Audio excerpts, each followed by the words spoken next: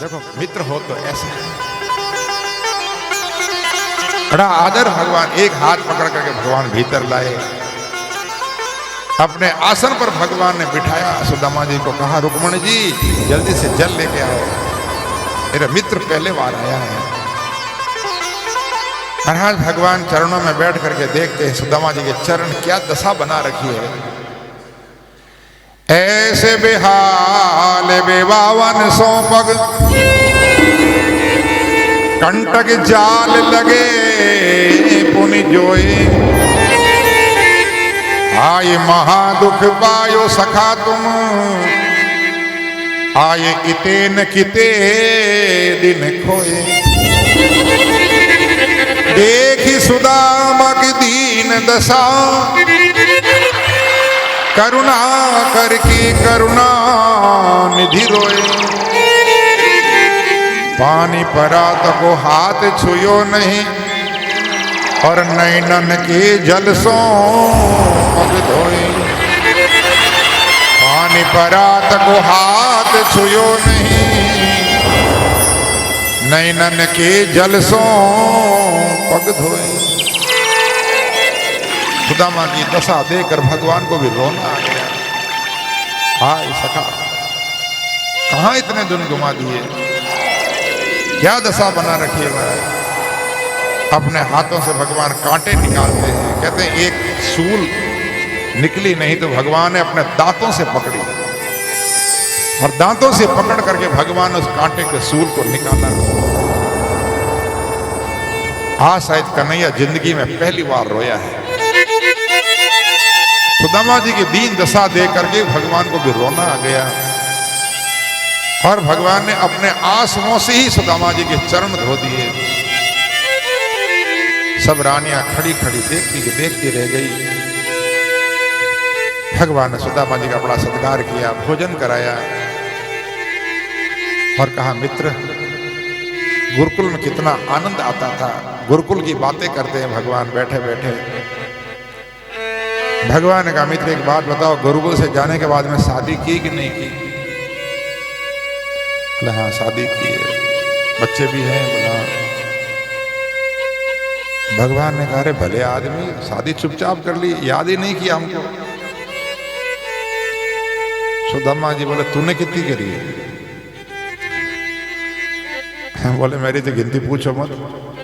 बोले भले आदमी, मैंने एक शादी करी तो उल्हाना दे रहा, बुलाया नहीं, और तूने 16,108 करी, एक बार भी बुलाया? एक बार भी याद किया? भगवान बोले, भैया हमारी शादी तो ऐसी हुई, चट मंगनी पट ब्याह, उठा के लाया हूं मैं तो। हाँ, कहा कि हमारी शादी कोई, शादी तुम्हारी तो बड़ी धूमधाम से शादी हुई, हम तो उठा के लाए वैसे। चलो कोई बात नहीं, जो हुआ सो। एक बात बताओ, हमारी भाभी ने हमारे लिए क्या भेजा? अब सुदामा जी चावल की पोटली बगल में दबाई, यहाँ इतनी रानियां खड़ी, 56 भोग 36 व्यंजन बने हैं, क्या ये चावल लेके आए? ये रानियां सब हंसेगी। तो महाराज सुदामा जी वो चावल की पोटली बगल में दबाते हैं। भगवान कहने लगे, मित्र लगता चोरी की आदत अभी तक गई नहीं, याद है वो उज्जैन गुरु के आश्रम पढ़ते थे, गुरु माँ ने चने दिए थे खाने के, अकेले अकेले खा गए थे। मैंने पूछा था क्या बात है, दांत क्यों खटखटा रहे थे? बोले ठंड के मारे दांत खटखटा रहे हैं। लगता अभी तक चोरी की आदत नहीं गई। आगे चना गुरु माँ दिए सो अकेले ने खा लिए, और अब मेरी भाभी ने चावल भेजे, वो भी अकेले अकेले दबाए जा रहे हो। भगवान ने बगल में हाथ डाला और पोटली खींची, पोटली खोली, देखा चावल। भगवान ने एक मुट्ठी भरी, दूसरी मुट्ठी भरी, वाह क्या स्वादिष्ट है। और महाराज उसी समय तीसरी मुट्ठी भरने लगे तो रुक्मणी जी ने हाथ पकड़ लिया, प्रभु क्या कर रहे हो? 2 मुट्ठी खा करके 2 लोग दे दिए, तीसरी मुट्ठी खा करके 3 लोग दे दोगे, क्या हमको भिखारी बनाओगे? सड़क साहब, हम कहाँ जाएंगे? आप कह रहे इतने स्वादिष्ट है, थोड़ा प्रसाद हमको भी दो। भगवान ने कहा एक काम करो, सुदामा जी के हाथ से ही लो, प्रसाद देने का अधिकार इनको है। महाराज भगवान ने सुदामा जी की गोद में पोटली रख दी, बोले सबको प्रसाद दो। हमारा लाइन लग गई वहां तो 16,108। और अब सुदामा जी आशीर्वाद प्रसाद है, आशीर्वाद है, आयुष्मती भव, सौभाग्यमती भव, पुत्रवती भव। पहले तो एक ही कोई 5-5 आशीर्वाद दे रहे थे, महाराज हाथ भी दुखने लगे यार, मुंह भी दुखने लगे, फिर एक एक आशीर्वाद, आयुष्मती भव, आयुष सौभाग्यवती भव, सौभाग्यवती भव, फिर तो आखिर में खाली भव भव भव बस। मुंह दुखने लग गया तो सुदामा जी बोले, कन्हैया एक बात बता, ये सब तेरी है कि कोई पड़ोसनी आ गई है? बोले सब अभी तो बहुत कम, अभी तो खाली 500 ही हुई, अभी तो बहुत बाकी है। सुदामा जी कहने लगे सब तेरी है? बोले हाँ मेरी है। तो एक काम कर, तू प्रणाम कर ले, सबको आशीर्वाद दे देता हूँ मैं, तेरे को आशीर्वाद देता हूँ, सबको लग जाएगा।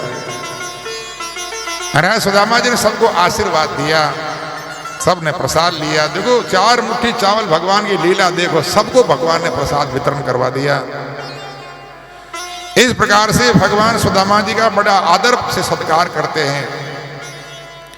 रात्रि में सुदामा जी विराम करते हैं, भगवान चरण दबाते हैं, गुरुकुल की बातें करते हैं। रात पूरी हो गई, पूरी रात बातें करते रहे। सुबह 4 बजे सुदामा जी उठे, अपना नित्य क्रिया स्नान आदि से निवृत्त होकर के संध्या वंदन किया। भगवान ने भी अपना संध्या वंदन आदि कर्म किया। सुदामा जी ने विचार किया, भैया देखो अब वापस चलना चाहिए, क्योंकि हमारी कहावत है यहाँ पर के एक दिन का पावना, दूसरे दिन की पई, और तीसरे दिन घर नहीं जाओ तो उसकी अक्ल गई। बोले मेहमान तो एक दिन का आया है, मुझे अच्छा लगता है, तो मेहमान तो मेहमान, अतिथि। सुदामा जी ने विचार किया, चलने के लिए कहूंगा तो शायद कहेगा रुको 2-4 दिन, परंतु महाराज कहते हैं कि जो है कई जगह ऐसा लिखा कि सुदामा जी 2-4 दिन रुके, बाकी भागवत में ऐसा कहीं नहीं लिखा है। सुदामा जी ने कहा अच्छी बात है कन्हैया चलूं? भगवान बोले अच्छी बात है मित्र, और आना, और इस बार आओ तो भाभी को लेके आना, हो अकेले अकेले मत आना। कहते हैं भगवान ने सुदामा जी को रुकने के लिए क्यों नहीं कहा? अरे भले ही मन में न हो तो भी लोग हम कहते ना, और क्या साहब इतनी क्या जल्दी रुकते, 1-2 दिन तो रुकते बोलते हैं मेहमान को। हाँ मन में भले सोचे जाए तो अच्छा ही है, परंतु ऊपर से तो व्यवहार में तो बोला जाता है, परंतु भगवान ने जान करके नहीं बोला, क्योंकि वो जानते हैं जब तक ये वापस नहीं जाएंगे बेचारी वो ब्राह्मणी भूखी बैठी है, भोजन नहीं करेगी, इसलिए भगवान ने रुकने के लिए नहीं कहा। सुदामा जी बोले अच्छी बात है। भगवान द्वार तक छोड़ने गए, बाहर तक। महाराज सुदामा जी ने मन में विचार किया, ब्राह्मण ने कहा था बहुत सारा धन देंगे, उसने 1 रुपया तक नहीं दिया, कौड़ी भी नहीं। है तो बड़ा कंजूस है। हाँ दुनिया में कई लोग बड़े कंजूस होते हैं, हमारे कन्हैया की बात तो लीला है, पर वास्तव में कंजूस होते हैं दुनिया में कई लोग इतने। महाराज एक कथा सुनी हमने, एक सेठ की, नाम क्या था उसका पता आपको? दानचंद नाम रखा उसका घर वालों ने, दानचंद, और फूटी कोड़ी नहीं दे किसी को। एक पहले चलती थी कोड़ी, ढेला और कोड़ी आने से। महाराज वो कभी गंगा जी में स्नान करने नहीं आए, क्योंकि गंगा जी में स्नान करना है तो पंडितों को दान देना पड़े, पुरोहित जी को या कोई पंडा खड़े हो जाए, लाओ दान करो। उनकी घरवाली थी वो तो बड़ी धार्मिक, वो तो हमेशा आती थी, गंगा जी में स्नान भी करती, दान पुण्य भी पड़ता, वो नहीं आया भला आदमी। एक दिन घरवाली बोली देवता आज मकर संक्रांति है, कम से कम आज तो गंगा जी पास में है घर बिल्कुल, आज तो डुबकी लगा के आओ। अरे बोले मेरे तूने नहा लिया? बोले नहीं नहीं जाओ, पीछे ही पड़ गई घरवाली। बोले आज तो मकर संक्रांति है, जाना पड़ेगा। उसने सोचा हर की पौड़ी पे जाऊंगा तो वहां तो पंडित तैयार बैठे। महाराज वो ऐसे घाट पर, घाट नहीं था जहां पर घाट नहीं था, ऐसी जगह पर गया जहां कोई पंडा न हो। अब वहां पर वो पहुंचा, सोचा चलो यहाँ कोई नहीं है तो यहाँ डुबकी लगा के फटाफट चला जाऊं। उसने गंगा जी में जैसी डुबकी लगाई, भगवान ने सोचा चलो आज संक्रांत के दिन आया है तो भगवान पंडा बन के प्रकट हो गए हो। बोले जय हो जजमान की जय हो,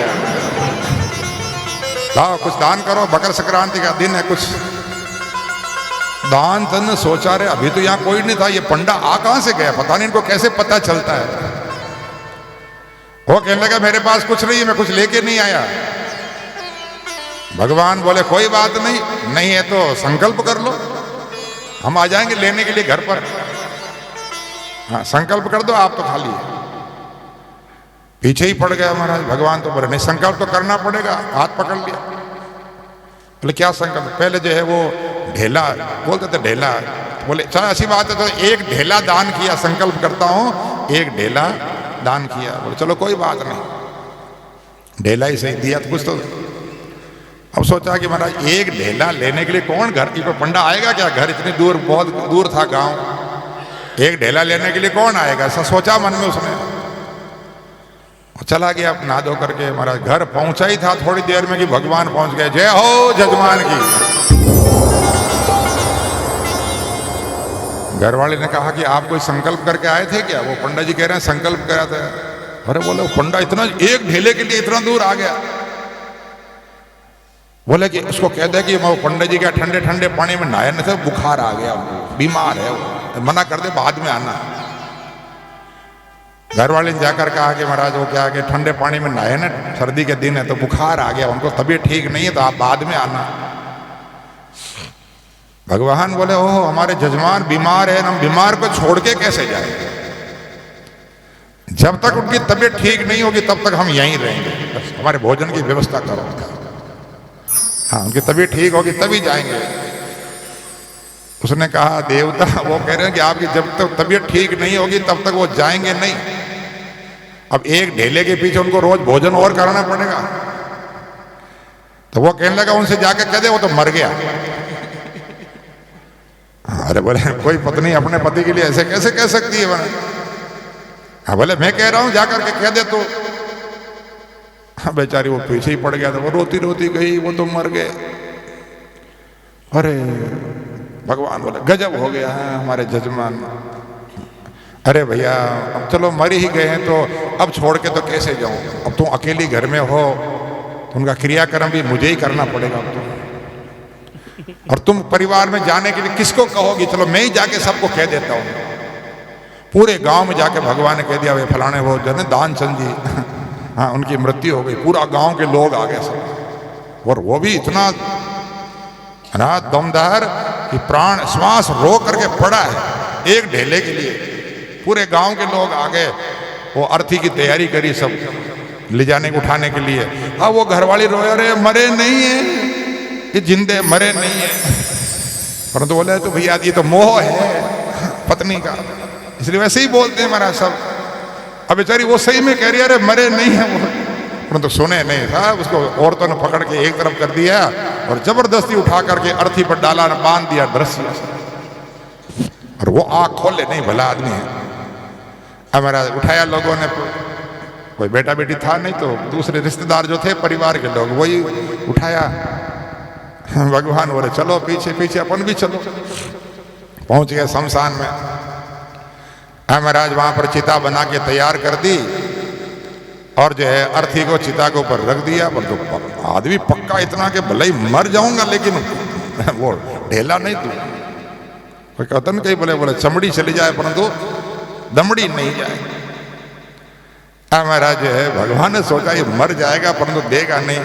भगवान ने कहा भैया पहले थोड़ा हमारे जजमान से कुछ मंत्र, हमारी मंत्र कोई क्रिया करनी है वो पहले करने दो, फिर आप अग्निदान बाद में करना। भगवान धीरे से पास में गए और कान में कहा अरे मैं भगवान हूं। हाँ उसने सोचा भगवान आए तो आंख खोली देखो तो वही पंडा, फिर आंख बंद कर लिए एकदम, है तो वो का वही पंडा है। भगवान बोले अरे मैं तेरे से कुछ लेने नहीं आया हूं, तेरे को कुछ मांगना हो तो मांग ले, क्या चाहिए बोल, मैं भगवान हूं। उसने कहा अच्छा तू भगवान है तो एक काम कर मेरा वो ढेला छोड़ दे बस। वो माफ कर, ढेला मेरे पास नहीं। भगवान ने कहा भले आदमी जा छोड़ा मर तो मत। भगवान ने कहा भैया देखो मैंने मंत्र फूंका इसके कान में, जिंदा हो गया वापस, चलो खोलो इसको वापस, खोलो। तो महाराज कहते भैया ऐसे ऐसे लोग भी होते हैं दुनिया में कि मर जाएंगे परंतु एक भी कोड़ी ढेला भी देने को तैयार नहीं। सुदामा जी विचार करने लगे कंजूस तो है महाराज, 1 रुपया तक नहीं दिया इसने। सुशीला ने क्या कहा था, द्रविणम दास्याम ते भूप, तेरे को तुमको बहुत सारा धन देंगे, द्रविण देंगे, लेकिन एक कौड़ी नहीं दी इसने। मन में सोचते चलो तो अच्छा हुआ धन नहीं दिया, सोचा होगा गरीब ब्राह्मण है, पैसे वाला हो जाएगा तो भजन करना भूल जाएगा, परंतु भगवान ने स्वागत तो बहुत किया। ऐसे मन में विचार करते करते वरा सुदामा जी वापस आए पोरबंदर। जहां पर सुदामा जी की झोपड़ी थी ना महाराज, वहां पर 9 मंजिला महल खड़ा, हाथी खड़े, घोड़े खड़े, सेवक दास दासियां, चारों तरफ दीपक ही दीपक जगमग जगमग कर रहे, पूरी हवेली। और महाराज उसी समय देखा सुशीला ने ऊपर से पतिदेव पधार गए अपने 16 सखियों के साथ। महाराज पूरी सोने से पीली हुई आभूषण पहने हुए, बढ़िया जो है वो रेशमी बनारसी साड़ी पहनी हुई और हाथ में सोने की थाल लेकर के और सुदामा जी की आरती उतारती है। सुदामा जी सोचते हैं सेठानी है कौन है, पहचान नहीं पाए महाराज, रूप बदल गया सब। सुदामा जी बोले अरे देवी तू है कौन, और ये एक दिन में क्या हुआ, मेरी झोपड़ी कहाँ चली गई, ये महल कैसे खड़ा हो गया, ये महल किसका है, किसने बनाया ये। ब्राह्मणी कहने लगी भूल गए 2-4 दिन में, और कौन तू, सुशीला तू। बोले ये सब क्या लीला है। सुशीला बोली ये लीला बांके बिहारी की है, ये सब उसी परमात्मा की संत कहते भैया बाप अपने बेटे को संपत्ति देता है तो लताड़ लताड़ करके देता, डांट डांट करके। बाप अपने बेटे को संपत्ति भी देता है तो लताड़ लताड़ करके देता है। मालिक अपने नौकर को महीने की तनख्वाह भी देता है तो मुंह बिगाड़ बिगाड़ करके देता है। और हमारे सांवरिया सेठ को देखो, जब भी देता है तो छप्पर फाड़ के देता है। बोलो सांवरिया सेठ की जय, आगे बिहारी लाल की जय।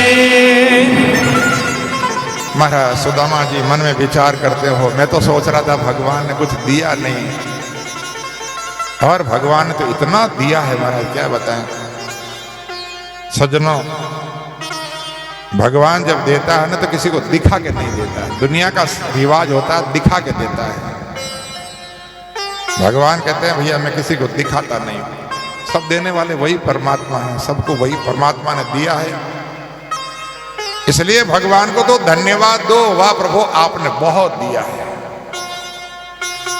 लोग भगवान को कोसते बहुत है, भगवान ने हमको ये नहीं दिया, भगवान ने हमको वो नहीं दिया। अरे अपनी पात्रता देखो कि तुम की योग्यता कितनी है तुम्हारी, जितनी तुम्हारी योग्यता है उससे ज्यादा भगवान ने दिया है, परंतु तुम अपनी योग्यता से ज्यादा चाहते हो। महाराज सुखदेव जी कहते राजन इतना सब कुछ होने के बाद में भी सुदामा जी जो है पहले की तरह उससे ज्यादा भक्ति करने लगे। नहीं तो लोग धन आता तो भगवान को भूल जाते, मंदिर जाना भूल जाते, पूजा पाठ करना भूल जाते, परंतु सुदामा जी पहले से ज्यादा भक्ति करते हैं।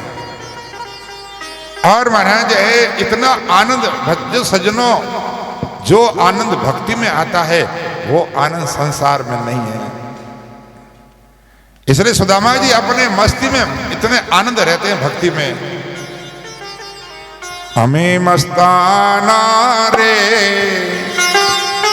राम जी ना नाम, हमें मस्ताना रे राम जी ना नाम, हमें मस्ताना रे राम जी ना नाम, हमें मस्ताना रे राम जी नाम ना।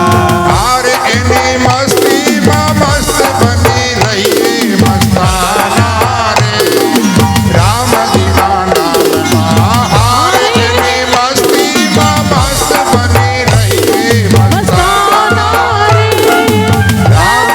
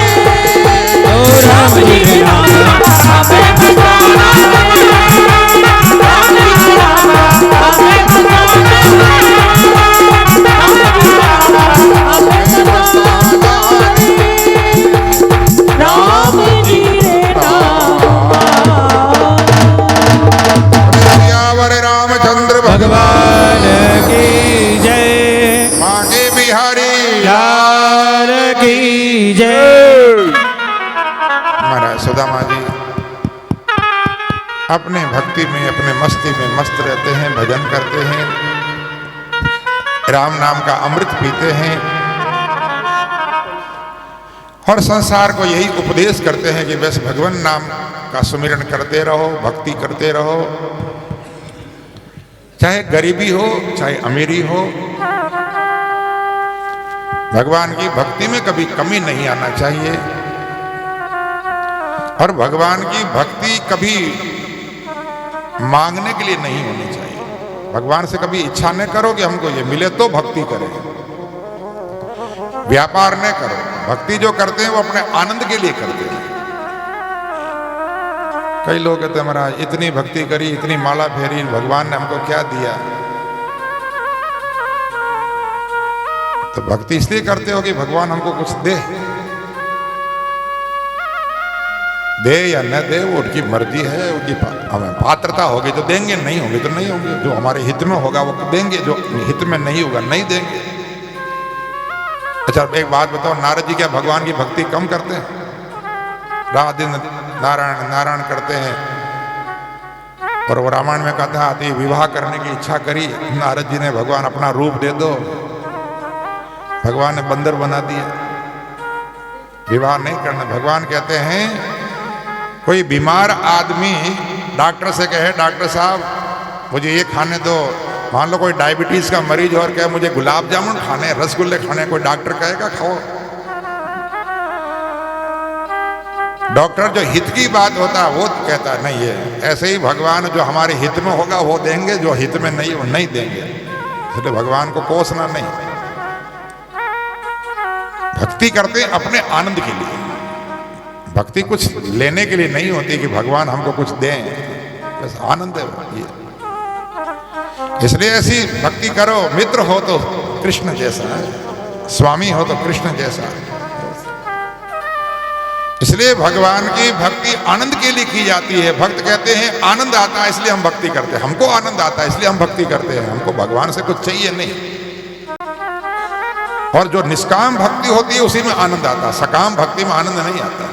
क्योंकि आपके मन में तो इच्छा है ये पूरी हो, ये पूरी हो, एक इच्छा पूरी हो दूसरी लेके बैठ जाओगे, दूसरी होगी तीसरी लेके बैठ जाओगे। ये इच्छाएं अनंत होती है महाराज, इसलिए दुख का कारण होती है। महाराज सुखदेव जी कहते राजन, ऐसे हमने आपको भगवान के बड़े पावन चरित्र सुनाए और अंत में भगवान की तो लीलाएं अनंत है। और महाराज जिस प्रकार से एक बार भगवान के जो पुत्र हैं सांबादी, उन्होंने ऋषियों से थोड़ा मजाक कर लिया। जामवती का पुत्र सांब बड़ा सुंदर था, उसको स्त्रियों के कपड़े पहनाए और दुर्वासा के पास जा कहने लगे महाराज ये हमारी भाभी है, गर्भवती है, इसके बेटा होगा कि बेटी होगी? दुर्वासा कहने लगे अरे जाओ तुम अपना काम करो, हमको भजन करने दो। बोले नहीं महाराज आप बताओ। दुर्वासा जानते हो करो महाराज, रुद्र अवतार है वो। क्रोध आ गया, बोले मूर्खों मजाक करते हो, न बेटा होगी न बेटी होगी, तुम्हारे कुल का नाश करने वाला मूसल पैदा होगा। सांब के पेट पर कपड़े लपेट रखे थे, वो कपड़े खोले तो देखा तो उसमें से लोहे का मूसल निकला। उग्रसेन जी को जाके बताया, उग्रसेन जी ने कहा गजब किया तुमने, एक काम करो इसको घिस करके चूरा बना के समुद्र में फेंक दो। महाराज पूरा चूरा बना के समुद्र में फेंक दिया। घिसते घिसते एक कील बच गई, वो घिसा ही नहीं, वो भी फेंक दी समुद्र में। जो चूरा फेंका था महाराज वो लहरों से वापस आ गया किनारे पर, और आकर के किनारे पर एरक नाम की घास होती जिसके पत्ते बड़े तीखे होते हैं तलवार की तरह, वो घास के रूप में पैदा हो गया। और वो जो कील थी वो एक मछली निकल गई। मछुआरों ने मछली को पकड़ के पेट चीरा तो उसमें से वो कील निकली, और वो जरा नाम के शिकारी ने वो ले ली कील, अपने बाण के आगे लगा ली। फिर महाराज वो नारद जी पधारते हैं, वसुदेव जी को उपदेश करते हैं।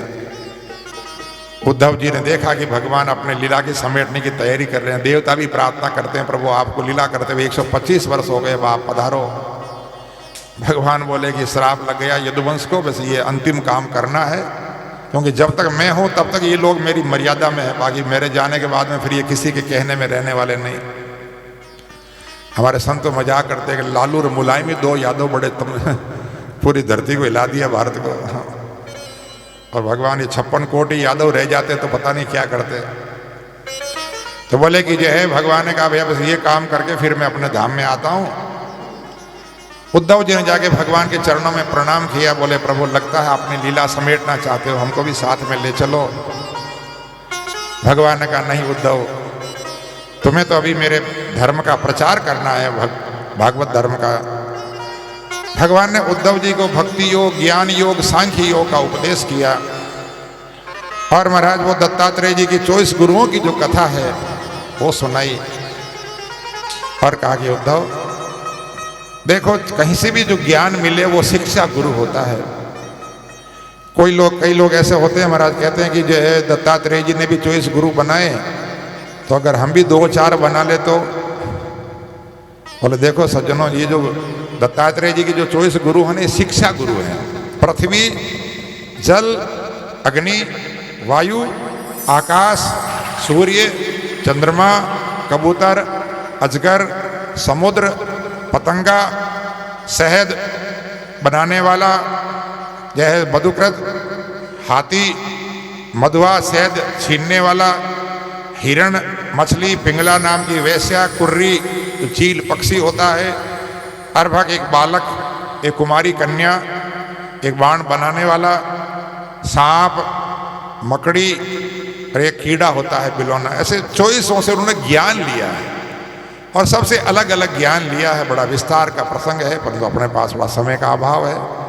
भागवत के 11वें स्कंद में बड़े विस्तार से, इतना सुंदर भागवत का जो 11वां स्कंद है और रामचरितमानस का उत्तरकांड। रामचरितमानस का उत्तरकांड ज्ञान कांड है। ऐसे ही भागवत का 11वां जो एकादश जो स्कंद है महाराज, पूरा ज्ञान ही ज्ञान भरा है उसमें। भक्ति योग, ज्ञान योग, सांख्य योग, विभूति योग और ये 24 गुरुओं की जो कथा है, सबसे अलग अलग ज्ञान लिया है। तो ये है शिक्षा गुरु। शिक्षा गुरु कितने भी हो सकते हैं, दीक्षा जो गुरु होता है वो एक ही होता है, जिससे दीक्षा लेते हैं, जो हमें कल्याण का मार्ग बताता है, दीक्षा गुरु। तो ये 24 गुरु है जो है वो शिक्षा गुरु हैं, इनसे अलग अलग शिक्षा ली। तो भगवान कहते हैं, दत्तात्रेय जी ने कहा राजा यदु को, कहा राजन ऐसे मैंने 24 गुरुओं से ज्ञान लिया है, इसलिए मेरे जीवन में आनंद है। कहीं से जहाँ से ज्ञान मिले वो हमारा गुरु ही होता है वैसे तो शिक्षा, परंतु अपने कल्याण के लिए किसी न किसी को, योग्य को जो है वो अपना दीक्षा गुरु बनाए। और भगवान कहते हैं उद्धव बस ऐसे गुरु कृपा से ही जीवन में आनंद की अनुभूति होती है। तो किसी न किसी गुरु के द्वारा उपदेश लेकर भगवान की भक्ति करो और अपने जीवन का कल्याण करो। उद्धव जी ने कहा प्रभु कुछ आधार दो। तो भगवान ने अपनी चरण पादुका उद्धव जी को दी और उद्धव जी भगवान के चरणों में प्रणाम करके और वो चरण पादुका लेकर और वहाँ से बद्री नारायण पधार जाते हैं।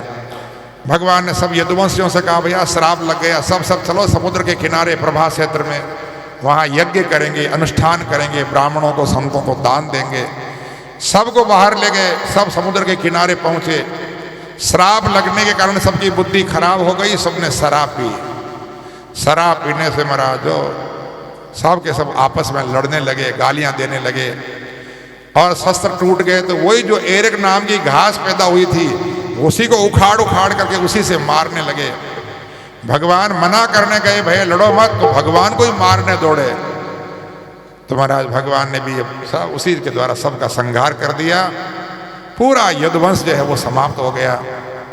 और इस प्रकार से बोले कि जो है महाराज भगवान कृष्ण देखा सारे यदुवंश का संहार हो गया, तो भगवान भी एक पीपल के वृक्ष के नीचे जा करके पांव के ऊपर पांव रख करके और चतुर्भुजनाथ बन करके बैठ गए। बोले चार भुजानाथ की जय। उसी समय वो जरा नाम का शिकारी व्याध अपने धनुष बाण से देख रहा था कोई शिकार, उसको दूर से दिखा भगवान का चरण, पांव पे पांव रखा था ना, उसको लगा कोई हिरण बैठा है। हिरण समझ करके उसने बाण छोड़ा और वो बाण जाके भगवान के चरणों में लगा। पास में गया, जाके देखा तो अरे ये तो चार भुजानाथ भगवान कृष्ण है। अरे जरा नाम का व्याध भगवान के चरणों में पड़ करके रोने लगा, क्षमा मांगने लगा।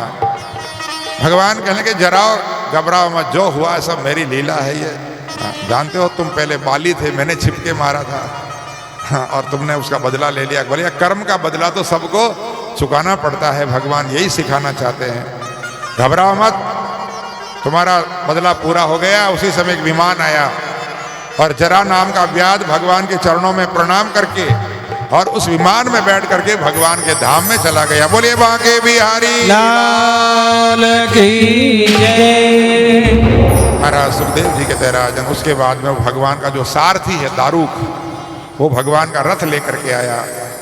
भगवान को इस अवस्था में देख करके रोने लगा, भगवान के चरणों में गिरकर। भगवान बोले दारूक घबराओ मत, रो मत, जल्दी से जाओ द्वारिका में। और अर्जुन उस समय आया हुआ था। अर्जुन से कहना कि जो बचे हुए स्त्री बचे हुए हैं उनको सबको जल्दी से बाहर लाए, क्योंकि मेरे अंतर ध्यान होते ही ये द्वारिका समुद्र में डूब जाएगी। दारूक दौड़ा दौड़ा गया, अर्जुन को कहा जल्दी करो। वसुदेव जी, देवकी, बलराम जी सब दौड़े दौड़े आए। बलराम जी ने समुद्र के किनारे बैठ करके अपने स्वरूप का ध्यान करते वो भी अंतर ध्यान हो गए। वसुदेव देवकी उन्होंने भी अपने प्राण छोड़ दिए। और इस प्रकार से महाराज उसी समय जो है अर्जुन जैसे ही बच्चों को, स्त्रियों को द्वारिका से बाहर लेके आता है, उसी समय पूरी द्वारिका जो है वो समुद्र में डूब जाती है। केवल भगवान का जो निज मंदिर वो शेष रहता है, जिसको भेंट द्वारिका कहते हैं। भेंट द्वारिका यही भगवान की मूल द्वारिका थी। और महाराज उसी समय जैसे ही सब बाहर आए, आकाश में देवता लोग खड़े खड़े भगवान का जय जयकार करते हैं। आकाश में से पुष्पों की बरसात करते हुए भगवान का जय जय। बोले कृष्ण कन्हैया लाल की जय। बांके बिहारी लाल की जय। उसी समय बिजली चमकी और उसी बिजली की चमक के अंदर ही भगवान अंतर ध्यान होकर के और अपने गोलोक धाम में चले गए। बोले कृष्ण कन्हैया लाल की जय। और मुकुट बंसी गारे की जय। कोई देख भी नहीं पाया कि भगवान कौन से रास्ते से अपने धाम में गए। बस बिजली चमकती है और अंतर ध्यान हो जाती है। ऐसे ही सब देवता उस दिशा को प्रणाम करके अपने अपने लोकों में लौट गए। महाराज सुखदेव जी के राजन भगवान के अंतर ध्यान होते ही कलयुग आ गया। कलयुग में होने वाले राजाओं का वर्णन किया, कलयुग के दोषों का वर्णन किया। राजन कलयुग बुरा तो बहुत है, परंतु एक सबसे बड़ी विशेषता है कि भगवान के नाम का कीर्तन करने मात्र से जीव का कल्याण हो जाता है। ऐसे महाराज सुखदेव जी ने परीक्षित जी महाराज को पूरी कथा सुनाई। सूत जी महाराज कहते हैं भगवान सुखदेव जी ने कहा राजन अब अपने मन में से भय निकाल दो कि मैं मर जाऊंगा। ये पशु बुद्धि है, कौन मरता है? अरे आत्मा तो अजर है, अमर है, और शरीर तो नाशवान है। इसलिए आत्मा नहीं मरती कभी। इस बुद्ध अहम ब्रह्म परम ब्रह्म, मैं परम ब्रह्म हूं, मैं भगवान का रूप हूं। ऐसा भाव अपने मन में रखो और भगवान के चरणों का ध्यान करो। बेटा जाओ, तुम्हारा कल्याण होगा। महाराज परीक्षित जी ने सुखदेव जी के चरणों में प्रणाम किया। सुखदेव जी महाराज ने दोनों हाथ परीक्षित जी के सिर पर रखे, आशीर्वाद दिया, जाओ बेटा तुम्हारा कल्याण हो। आशीर्वाद दे करके महाराज सुखदेव जी वहां से पधार जाते हैं। सब लोग सुखदेव जी महाराज का जय जयकार करते हैं। बोले सुखदेव जी महाराज की जय। महाराज परीक्षित जी उत्तर दिशा की तरफ मुंह करके कुशा के आसन पर बैठ गए और जो गुरु महाराज ने विधि बताई थी कैसे भजन करना, कैसे ध्यान करना, आंखें बंद करके उसी परब्रह्म परमात्मा के स्वरूप का ध्यान करने लगे, चिंतन करने लगे। उसी समय वो तक्षक नाग ब्राह्मण का भेष बना करके पास में आया और पास में आकर के महाराज परीक्षित जी के चरणों में डस लिया। उसके डसने से जो है महाराज परीक्षित जी का शरीर छूट गया, परंतु उन्होंने अपना मन पहले ही भगवान में लगा दिया था। इसलिए महाराज वो तो विमान में बैठ करके भगवान के धाम में चले गए और देवता लोग बाजे बजा बजा करके जय जयकार करते हैं। बोले परीक्षित जी महाराज की जय। भागवत भगवान की जय। गंगा मैया की जय। महाराज परीक्षित जी का मोक्ष हुआ। परीक्षित जी का बड़ा पुत्र जन्मेजय नाग यज्ञ करता है, सर्प यज्ञ, सर्पों को जलाने का प्रयास करता है। बृहस्पति जी ने, ब्रह्मा जी ने आकर के रोका, अरे क्या कर रहे हो, इसमें तक्षक का दोष क्या है? वो तो श्रृंगी का श्राप लगा था तो बेचारा निमित्त बना है, किसी का दोष नहीं, ऐसा नहीं करना। और महाराज सूत जी कहते ऋषियों इस प्रकार से मेरे गुरु महाराज सुखदेव जी ने जो मुझे ये उपदेश दिया, ज्ञान दिया, ये ज्ञान का दीपक है भागवत। और जैसे दीपक हमारे घर में उजाला करता है, ऐसे ये भागवत हमारे जीवन में प्रकाश करता है, ज्ञान का प्रकाश करता है। और मेरे गुरु महाराज ने ये दीपक मुझे प्रदान किया है। उन गुरुदेव के चरणों में मैं कोटि कोटि वंदन करता हूँ, प्रणाम करता हूँ। और इस प्रकार से महाराज सूत जी कहते ऋषियों, ये जो भागवत की कथा है अपने मन में उतारो तो आपके जीवन में भी प्रकाश करेगा, आपको रास्ता बताएगा, कल्याण का मार्ग बताएगा। और अंत में जो है महाराज सूत जी कहते हैं, भगवान के चरणों में प्रणाम करते हुए भागवत का अंतिम श्लोक है, नाम संकीर्तनम यस्य सर्व पाप प्रणाशनम प्रणामो दुख समनस तम नमामि हरिम परम। तो आप भी थोड़ा साथ में बोलें, एक बार सुने, एक बार बोलें। नाम संकीर्तनम यस्य, नाम संकीर्तनम यस्य सर्व पाप प्रणाशनम, सर्व पाप प्रणाशनम प्रणामो दुख समनस, प्रणामो दुख समनस तम नमामि हरिम परम, तम नमामि हरिम परम, तम नमामि हरिम परम, तम नमामि हरिम परम। ओम हरये नमः, ओम हरे नमः, ओम हरये नमः, ओम हरे नमः, ओम हरये नमः, ओम हरे नमः। भोले बांके बिहारी लाल की जय, भागवत भगवान की जय, श्री सुखदेव जी महाराज की जय, अनंत श्री दरियाव जी महाराज की जय, गंगा मैया की जय, हरिद्वार धाम की जय, भक्तवत्सल भगवान की जय, आज के आनंद की जय, जय जय श्री राधे, जय जय श्री राधे, जय जय श्री राधे। बहुत ही आनंद और उत्सव के साथ में ये 7 दिवसीय जो भागवत ज्ञान यज्ञ का अनुष्ठान हमारे जोशी परिवार के द्वारा यहाँ पर आयोजित किया गया है। और जिस प्रकार से हमारे आदरणीय माननीय श्रीमान इच्छा शंकर जी जोशी जी की जो भावना थी, उनका जो संकल्प था, परंतु भगवान के विधि और विधान को कोई नहीं जान पाता। वो हमारे बीच नहीं रहे, अपना शरीर छोड़कर भगवान के धाम में पधार गए। परंतु उनकी धर्म पत्नी श्रीमती कमला देवी जी जोशी जी और उनके सुपुत्र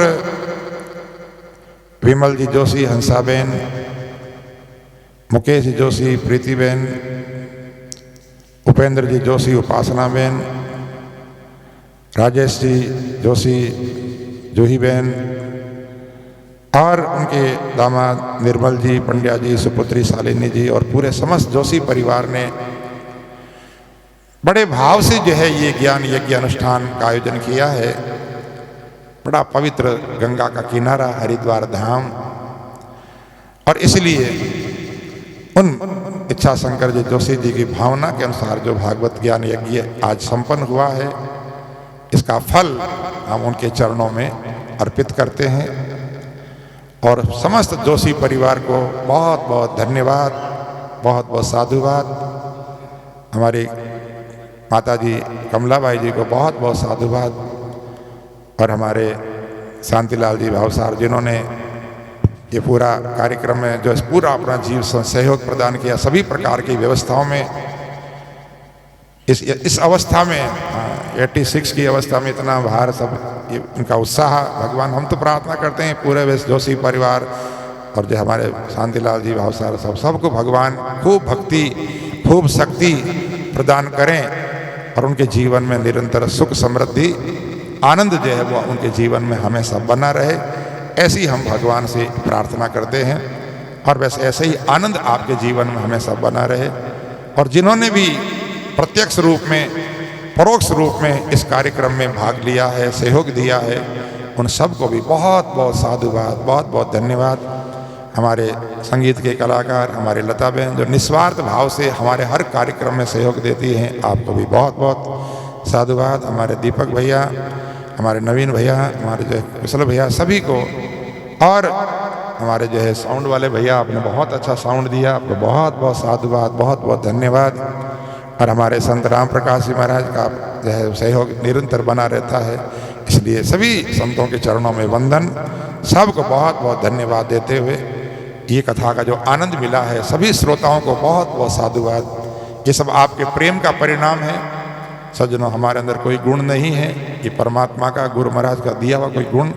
थोड़ा बहुत भगवान का नाम हमने लिया है, अगर कहीं कुछ त्रुटि हो तो मेरा दोष समझ करके क्षमा करें। और बाकी भगवान का जो प्रसाद है कथा रूपी, उसको आप अपने जीवन में उतार करके अपने जीवन का कल्याण करें। और गंगा के किनारे आए हैं तो अपने अवगुणों का यही परित्याग करें। कोई दोष हो, कोई अवगुण हो, वो चाहे खाने में हो, चाहे स्वभाव में हो, केवल खाने का ही दोष नहीं आते, त्याग करते हैं कुछ छोड़ के जाओ। तो कुछ लोग कुछ छोड़ के जाते, ये नहीं खाएंगे, वो नहीं खाएंगे, ये नहीं, वो तो ठीक अच्छी बात है, परंतु अपने मन में कोई ऐसा दोष हो, अभिमान हो, राग हो, द्वेष हो, ईर्षा हो, ऐसा कोई अवगुण हो, हाँ तो वो भी यहीं छोड़ के जाएं, क्योंकि ये यज्ञ हो रहा है और इसलिए दक्षिणा लेने का हमारा अधिकार भी बनता है। तो हम तो आपसे यही दक्षिणा मांगते हैं कि कोई अपना दोष, हाँ वो यहाँ छोड़ दो, यहीं गंगा जी में उसका विसर्जन कर दो, उसको लेके नहीं जाना। बस ये भावना के साथ में मैं अपनी वाणी को विराम दे रहा हूँ। बोले सद्गुरुदेव भगवान की जय।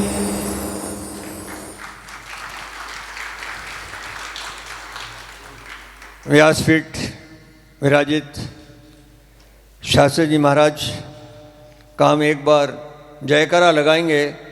सभी बंधु जो है वो बड़े जोश से उनका जयकारा में सहयोग करेंगे।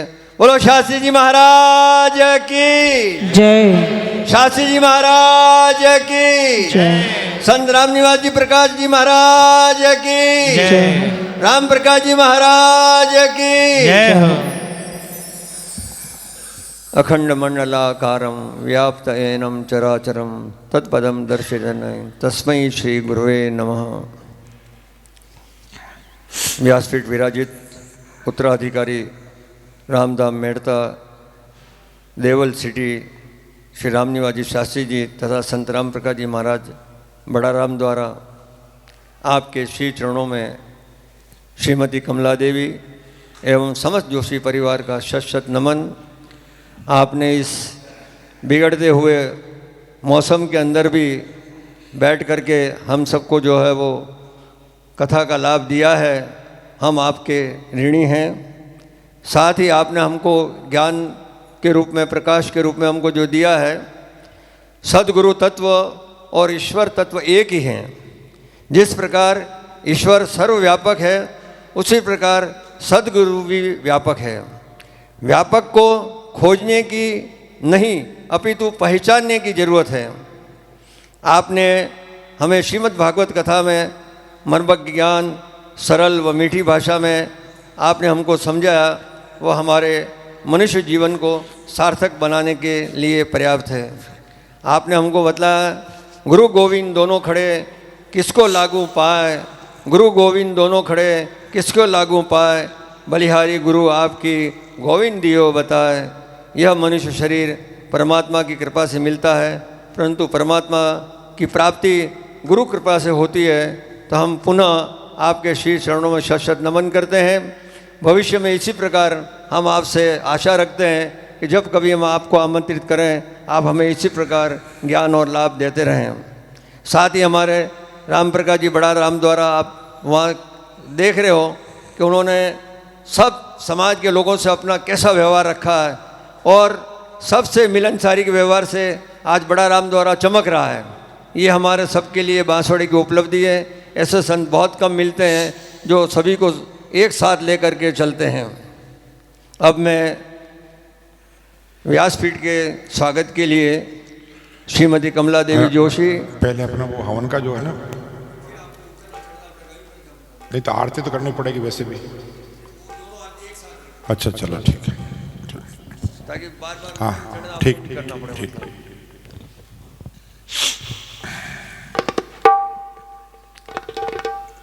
श्रीमती व्यासपीठ रामनिवास शास्त्री जी के स्वागत करने के लिए श्रीमती कमला देवी, श्री मुकेश जी जोशी, उपेंद्र जी जोशी, राजेश जी जोशी, विमल जी जोशी एवं समस्त जो भी बच्चे उनके हैं वो सब कृपया आ जाएं। और इधर की तरफ जो है वो बहनें खड़ी रहेगी, उधर की तरफ पुरुष भाई खड़े रहेंगे। और मैं पंडित जी से निवेदन करूंगा कि आप मंत्र उच्चारण के द्वारा इनका स्वागत अभिनंदन कराएं।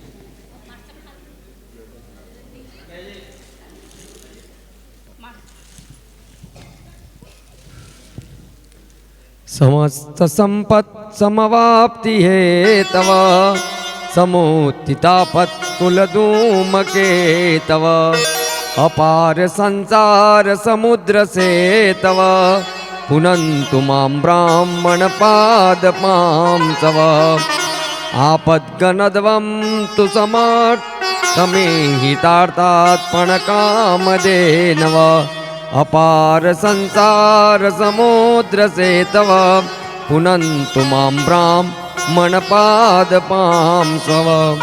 नमोऽस्मन्ताय सहस्रमूर्तये, सहस्रपादा शिशिरोरुभावे, सहस्रनाम्ने पुरुषाय शाश्वते, सहस्रकोटि युगधारिणे नमः।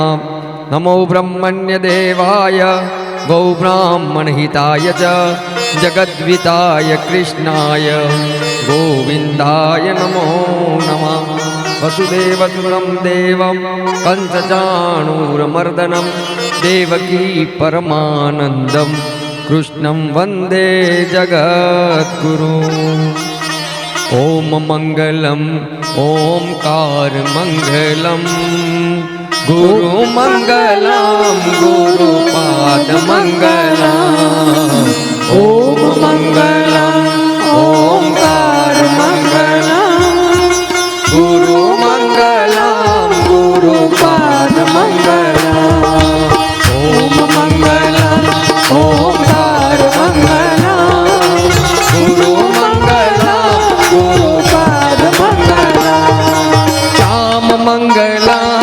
घनश्याम मंगलम, श्याम मंगलम घनश्याम मंगलम, देवों के देव महादेव मंगलम, देवों के देव महादेव मंगलम।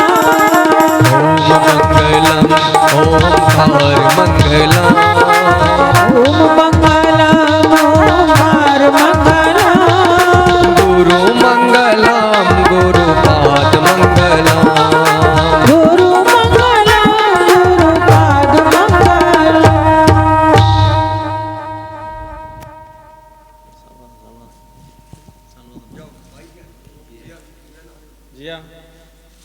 ऐ मेरे गुरुदेव करुणा सिंधु करुणा कीजिए, हूँ अदम आदीन अशरण अब शरण में लीजिए।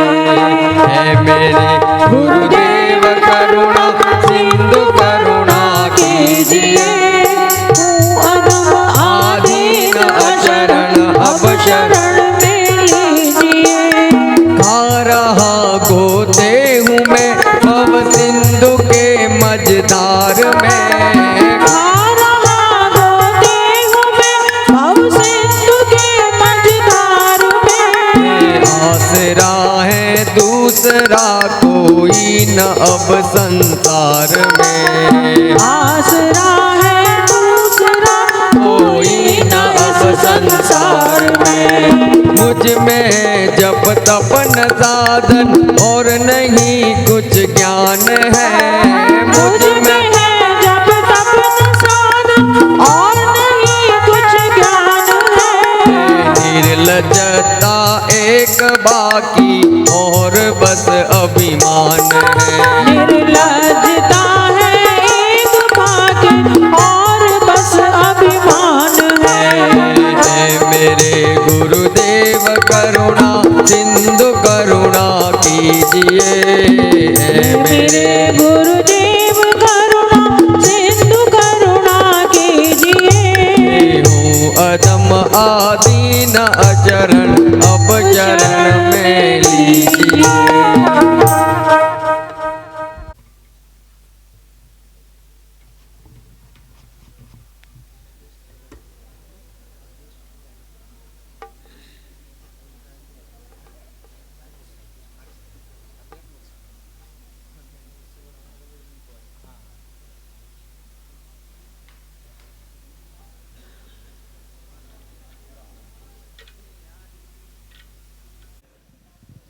भैया हाँ, अब मैं समझ जोशी परिवार से निवेदन करूँगा, आप नीचे विराज जाइए, इधर सब बैठ जाओ बेटा।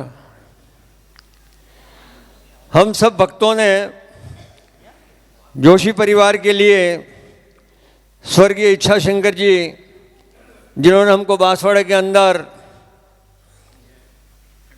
धर्म लाभ, सबको खड़ा करूँगा, धर्म लाभ के अंदर जो हमारे सारे जीवन को उत्कर्ष बनाया है, हमने उनके निमित्त समस्त यहाँ जो आए हुए भक्तजन हैं और बांसवाड़े में भी जो अभी रह रहे हैं, उन सब की सद्भावनाओं का हमने जो है वो लिखित में पिरोपित किया है। मैं उसको पढ़ रहा हूँ, उसके बाद में उनके परिवार को हम स्वागत अभिनंदन के लिए आमंत्रित करेंगे।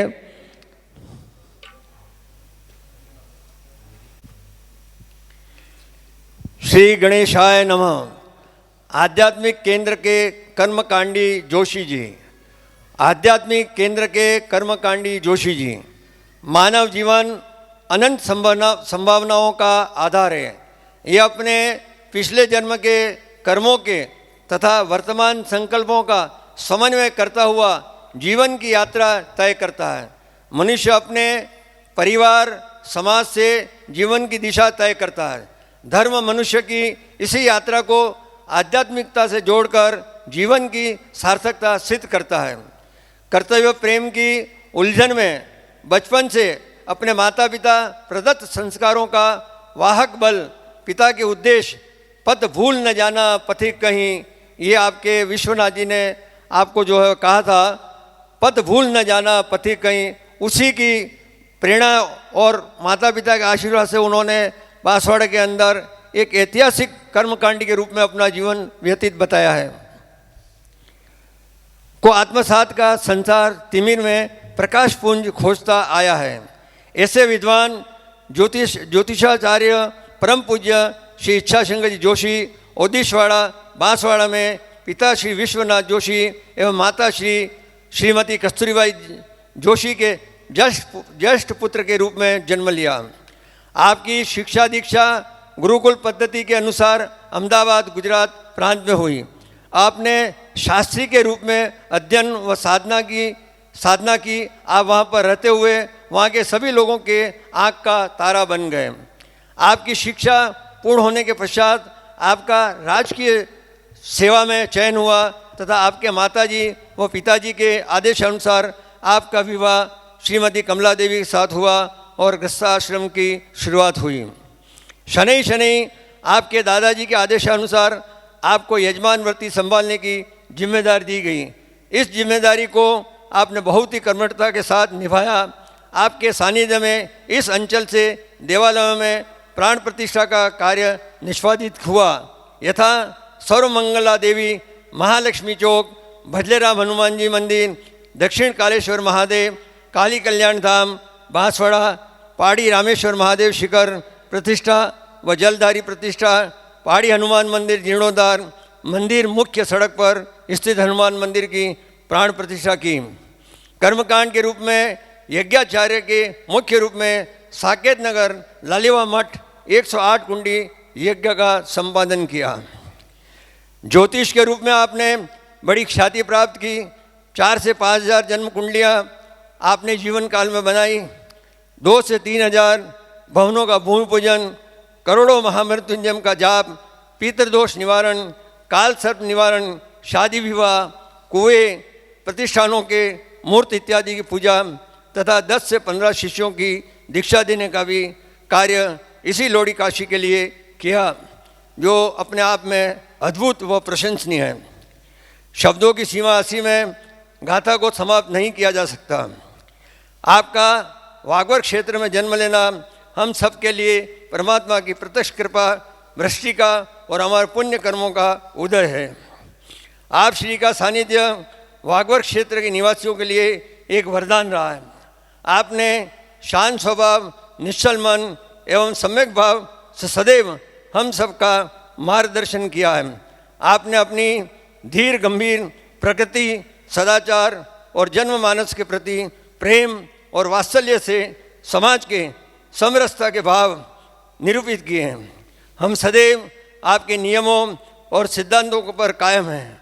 आप हम सब के लिए एक चलते फिरते तीर्थ के समान हैं। आप श्री के चरणों में कोटि कोटि वंदन।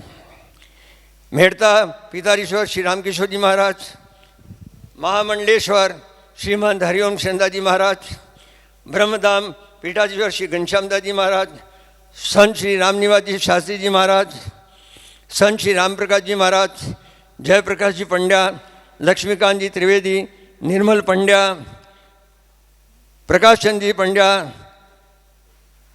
अपने मुकेश जी के लड़के का क्या नाम है, अपने धनेश्वर जी का, चंद्रशेखर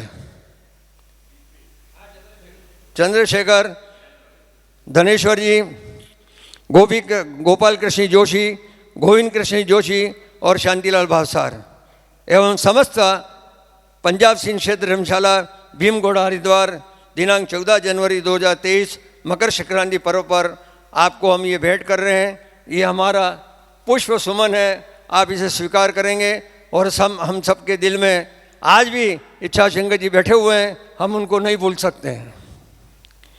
आइए मैं श्रीमती कमला देवी को आमंत्रित करता हूं और उनके सभी परिवार के सदस्य खड़े रहेंगे और साथ ही हमारे जोशी परिवार के द्वारा वो भी एक भेंट कर रहे हैं, वो भी आप उनकी तरफ से स्वीकार करेंगे।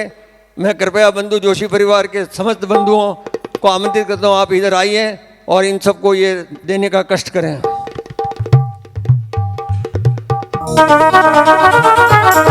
हाँ भाई, हार लाइए, हार।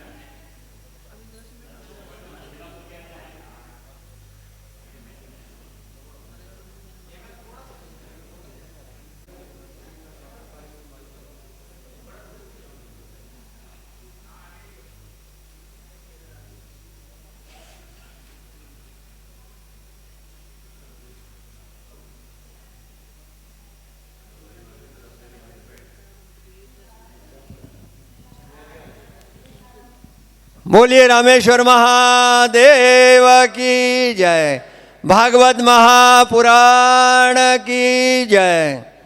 ये जोशी परिवार महिलाओं के द्वारा महिलाओं का स्वागत अभिनंदन किया जा रहा है। मैं समस्त बंधुओं से निवेदन करूंगा कि आप कृपया सभी नीचे विराज जाइए, अभी कार्यक्रम बहुत बाकी है।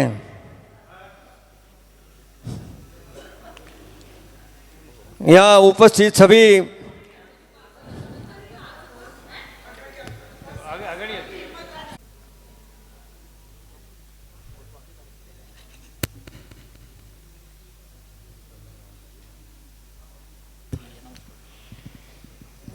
देखिए, कमलाबेन जी ने, आप बहनों सब अपनी अपनी जगह विराज जाएंगे, ठीक है।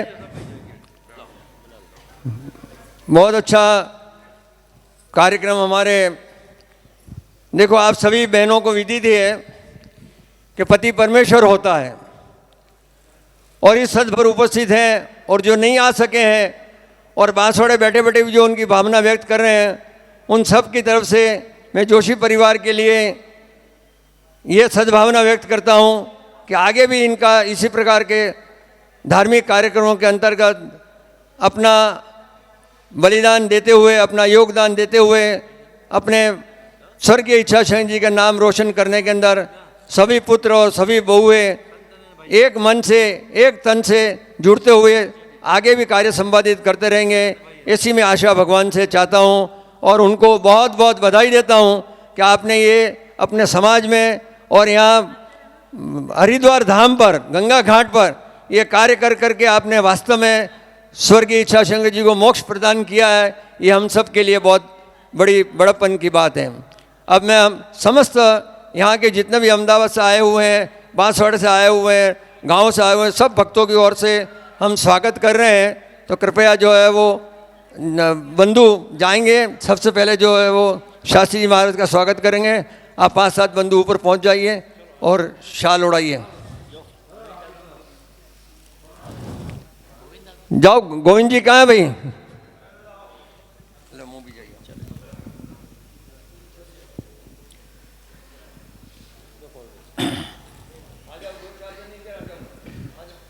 पवन काका जी जाओ ना, विनोद काका जी, विनोद काका जी के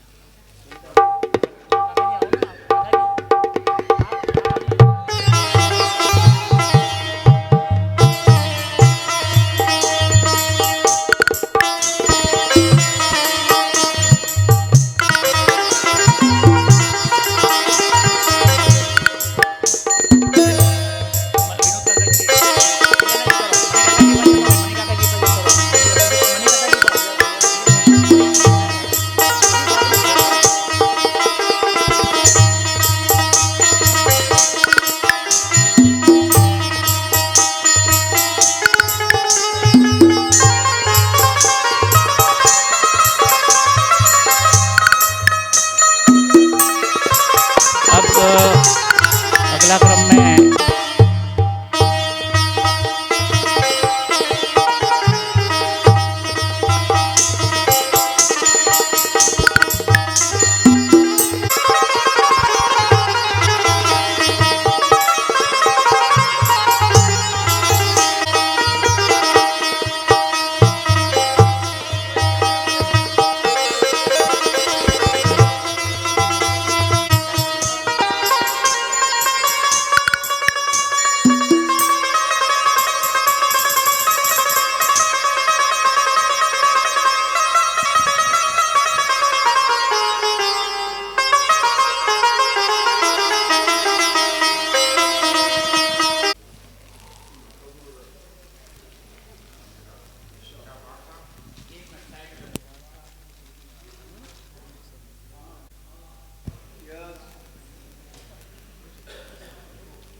अभी करा ये चंदू भाई साहब, गोपाल जी आ जाइए।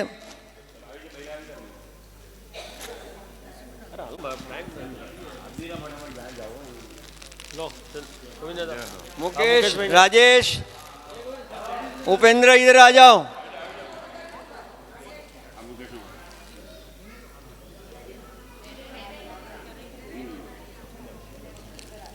उपेंद्र पंड्या परिवार में हाँ करो पंड्या परिवार के द्वारा स्वामी जी का स्वागत अभिनंदन किया जा रहा है। कृपया निर्मल जी मंच पर आ जाएं।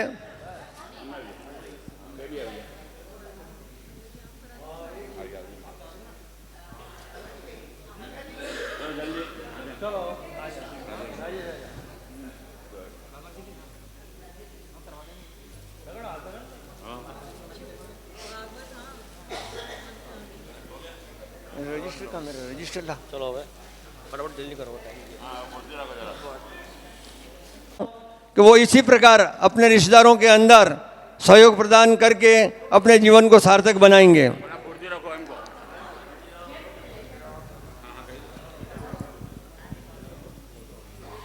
के द्वारा आप जाओ ना ऊपर।